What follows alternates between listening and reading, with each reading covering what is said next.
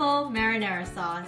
To accompany the focaccia, I'm also gonna make my own marinara sauce. Since I'm basically making like a cheesy garlic bread focaccia type of style, and another version where I'm gonna put pepperoni, and another one where I'm probably just gonna put different toppings, it's basically like a pizza, but I don't want to put pizza sauce like directly on it. So I'm gonna make my own marinara sauce, so it'll be a dip for it instead. To a medium saucepan, I'm adding about 2 tablespoons of extra virgin olive oil, a whole 28-ounce can of peeled tomatoes or crushed tomatoes.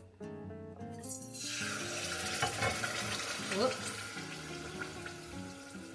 A whole onion